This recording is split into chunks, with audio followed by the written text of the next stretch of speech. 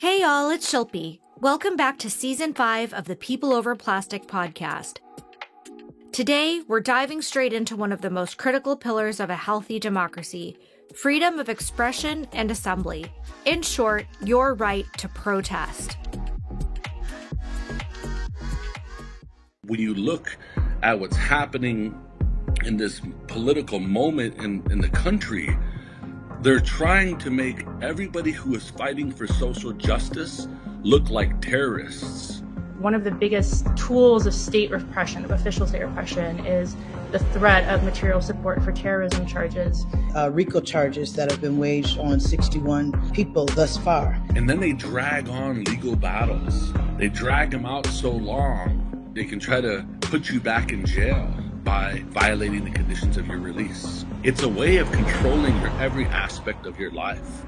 Not to mention... Those are powerful words from NDN Collective President Nick Tilson, Mary Hooks, and Lena Nassar. So last episode, we dug into protections with Aubrey Connor from the NAACP, exploring how legal safeguards are essential to protecting communities from harm. Today, we're zooming in on how the power to speak out and mobilize drives environmental justice. Right now, movements across the board are under attack. Those in power are trying to silence us and keep us apart. But this is the moment to push back even harder. The stakes are higher than ever. Joining us today is Candace Fortin, a powerhouse organizer with 350.org who's led movements in environmental justice, criminal justice, housing, and immigration. Candace, it's an honor to have you with us today. Let's start with something personal. Can you tell us about the moment you realized how deeply racial justice impacts your climate advocacy? I will start by sharing a story about a community that I continue to organize with. It's the community of Beneteau, Detroit. It's a majority Black neighborhood. I'd say about like 99% Black. This community was concerned about the building of this plant called the Stellantis plant, formerly known as Fiat Chrysler. I'm afraid to go outside and just breathe my air or do anything to that degree. Shoaib lives on Beneteau Street and has been in his house for 26 years. His home is less than 500 feet away from a Stellantis assembly plant on Mac. Since the plant was built, Stellantis has been given 7 different air quality violations by the Michigan Department of Environment, Great Lakes, and Energy. The company has also been fined hundreds of thousands of dollars for these violations. The 60-year-old Detroiter said he and his neighbors have complained of burning and itching in their eyes and throat, difficulty breathing, and even headaches and nausea. I'm no scientist, but I really don't see how they can make it safe for people this close. That was Robert Shoaib, a resident and activist who lives near the Stellantis plant.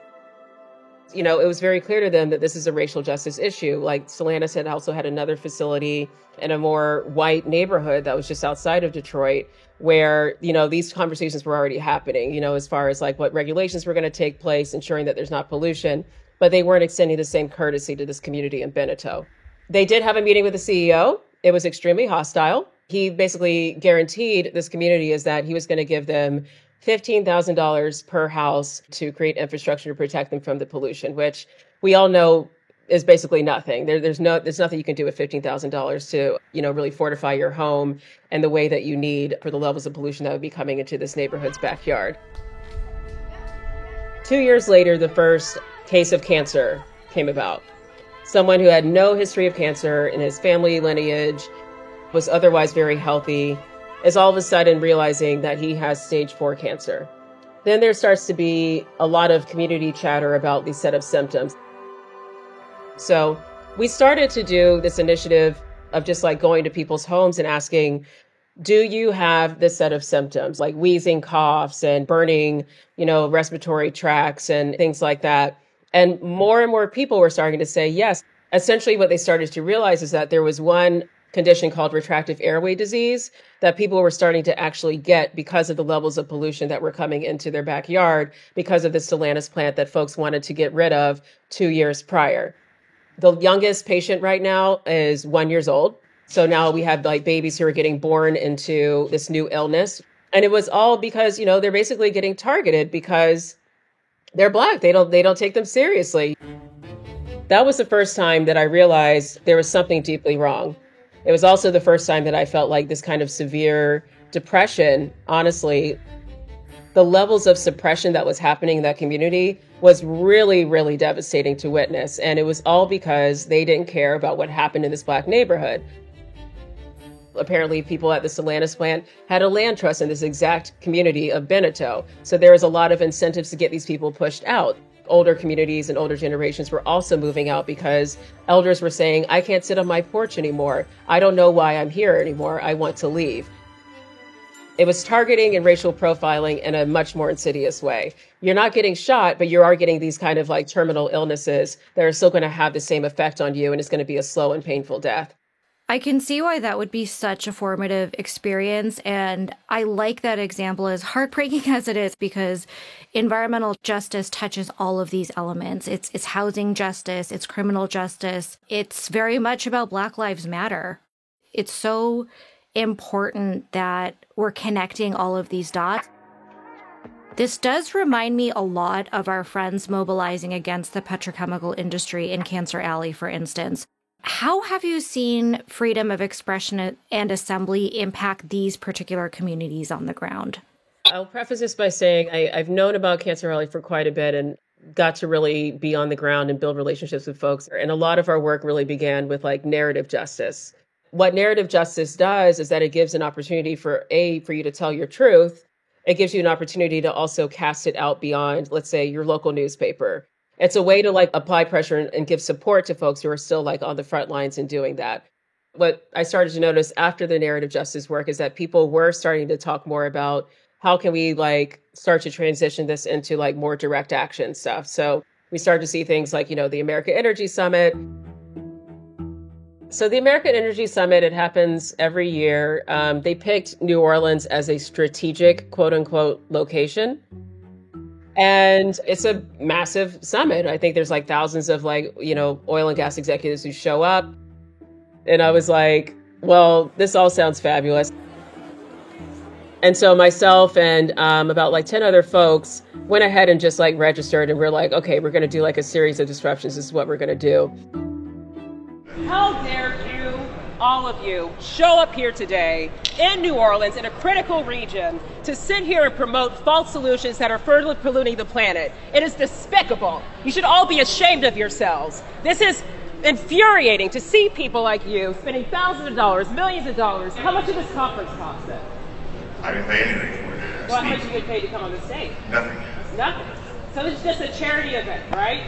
It's a business. A charity event to strategize for false solutions. Is that what this is? Is that what this is? Were you nervous at that time? I think I was getting more and more angry. It was kind of like you're physically putting your hands on people who are doing things that are nonviolent. And that was starting to really piss me off.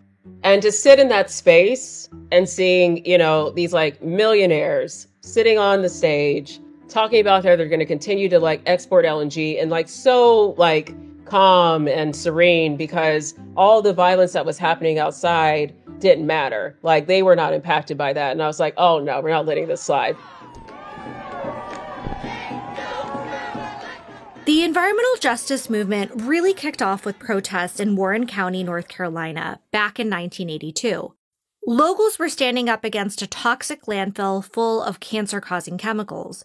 Wayne Mosley was one of the activists who marched, and he still remembers that first day of protests. We could see about 75 highway patrolmen in full riot gear, helmets, batons, and we didn't know whether they were going to beat us or what.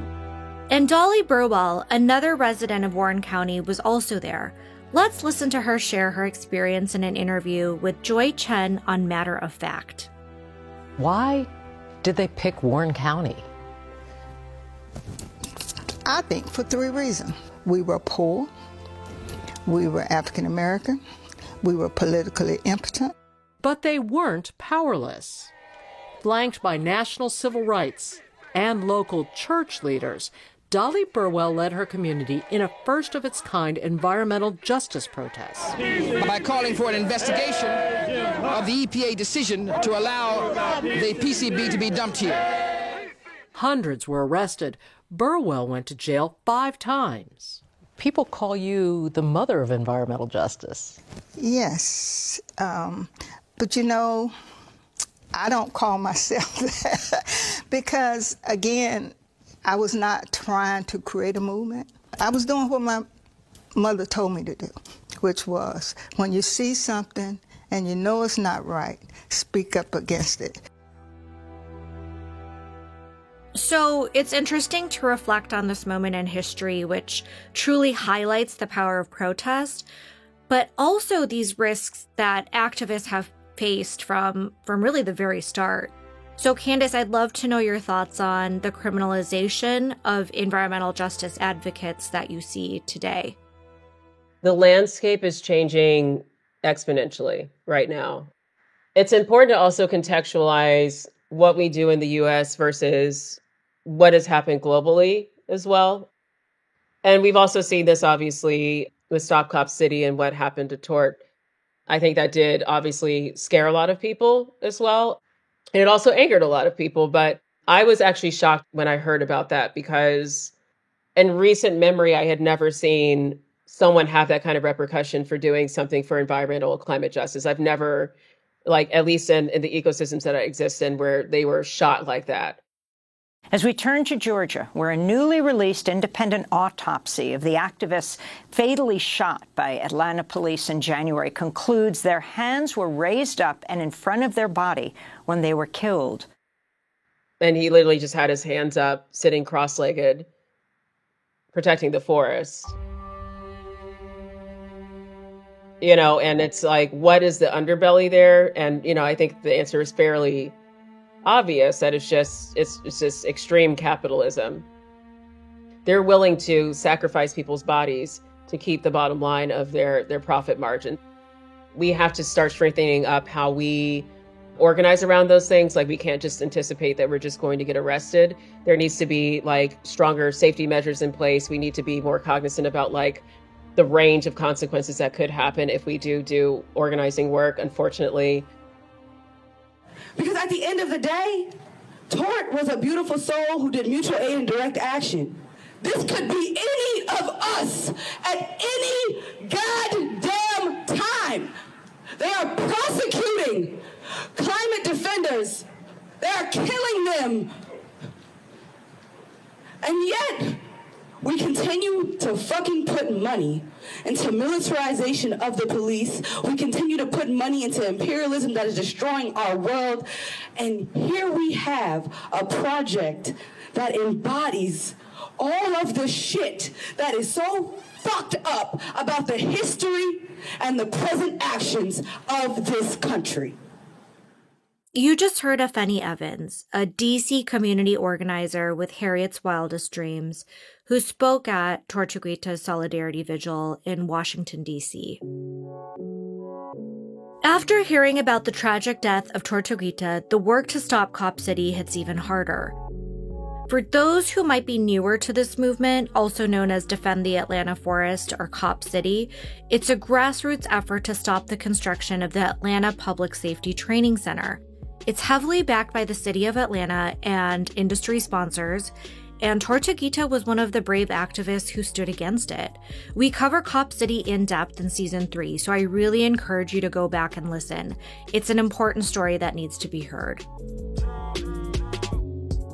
Candace, I want to go back to the Global South protests that you're talking about.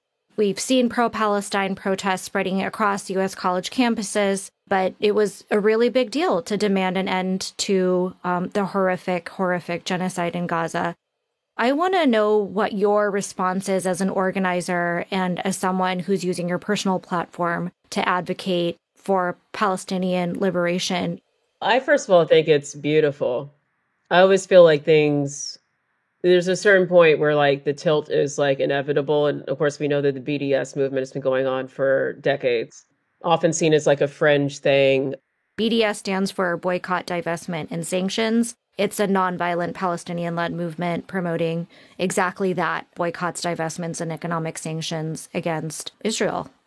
I remember you'd be in certain circles, you'd be talking to a candidate like, oh, you know, these BDS folks are asking if you can support this or participate in this platform, and saying like, oh, we just don't do BDS. We don't. Because they even if they don't believe that it's a terrorist group or a terrorist like campaign, they're afraid that other people will say that and they just don't want to deal with it. So just like, no, I don't deal with BDS. Can't do it. No, I've totally seen a turn as well. It's really seen as professional and legitimized right now in the space after, like you said, many years of being kind of seen as this fringe thing. If you care about environmental justice, then I think you'll love The Margin. My name is Bryce Cracknell, founder and editor-in-chief of The Margin, a nonprofit publication that centers the people and places most affected by environmental injustice in the United States. We're proud to be part of the Kaiser Stream Media family, the same folks who bring you the People Over Plastic podcast.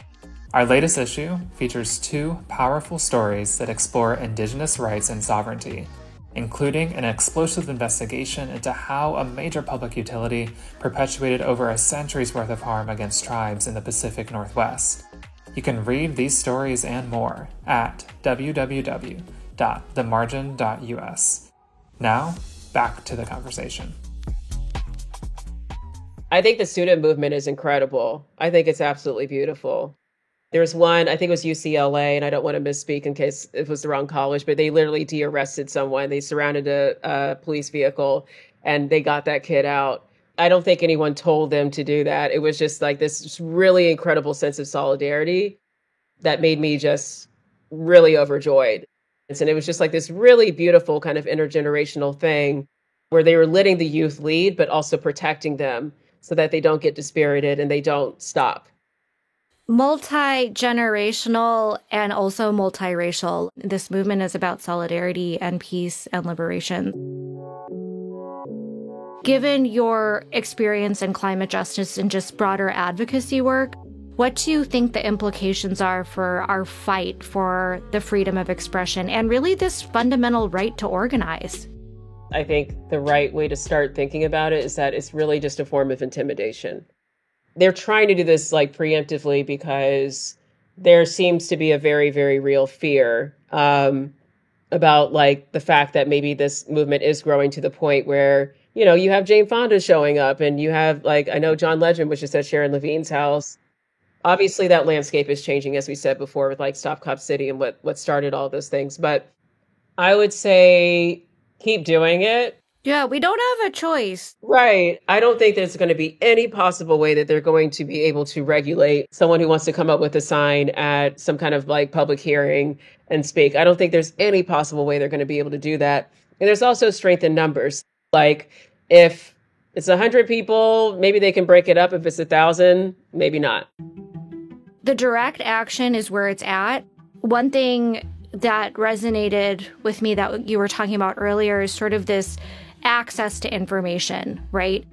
I really fundamentally believe those in power, access to information is their biggest weapon. You know, they use tactics to make sure things are impossible to understand.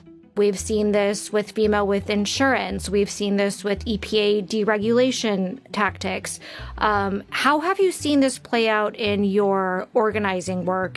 So at 350, like a big part of our work is on utilities for the foreseeable future. 80% of utilities are run by fossil fuels. CMP, which is like the number one worst utility in the country, which is like their main utility there. CMP has put these people in debt, has, you know, harmed folks by cutting off their power in the middle of the winter, etc. People have died. They're afraid to lose that because they don't know what the actual other thing looks like. They can't envision it because we haven't given people enough of that information about how can I actually like do this on my own? Can I do a community run grid? They don't know what that means. A lot of people don't realize they can fight their utilities. Like you can have your meters reread. You can like refuse to pay. Like if your rates go exponentially higher, you know you didn't do anything wrong. You can fight that. And utilities is one of the most insidious ways that they like kind of keep people hostage. So as we approach the election and start thinking about getting more people involved, both now and in the long run, what advice would you give to others on how to effectively bring people in? There's a lot of layers this election cycle, obviously. If you are Palestinian and you don't want to vote, that's not my business. I don't have a right to tell you that. If you want to align yourself with the Palestinian struggle and not vote, I also understand that. If you, which is like the part that I'm kind of at, because I'm imagining Trump taking that over is just like a terrifying thought. Not to say it's always been great existing as a Black person in America, but like the trajectory is pretty bad for Black and brown folks, moving forward. And of course, like our LGBTQ community, there's some serious implications with him getting elected this year, because he's just going to like accelerate what he tried to do with January 6th in a more orchestrated way. So getting back to this, knowing that there are historically marginalized communities that, there's literal policies in Project 2025 to take them down, to erase them. I need white folks to step up. If you tend to vote, if you're a white liberal and you live in a blue state, I'm going to need you to do more than just vote in your blue state. I'm going to need you to do more than that. I'm going to need you to hold fundraisers. I'm going to need you to talk to your white friends. Honestly, the complacency is like the most harmful thing. It's like, I can see the right wing clear as day. They make themselves very known. But it's the white liberals who are choosing not to do anything that make me feel the most unsafe. It's the people who are like, I know that it can experience an extreme amount of harm. I know that there's other historically marginalized people that can experience an extreme amount of harm. And I'm choosing to not do anything. And I will come up with any excuse in the book not to do it. That to me is unacceptable. That's such a powerful point, Candace, and also one that I've been personally struggling with too.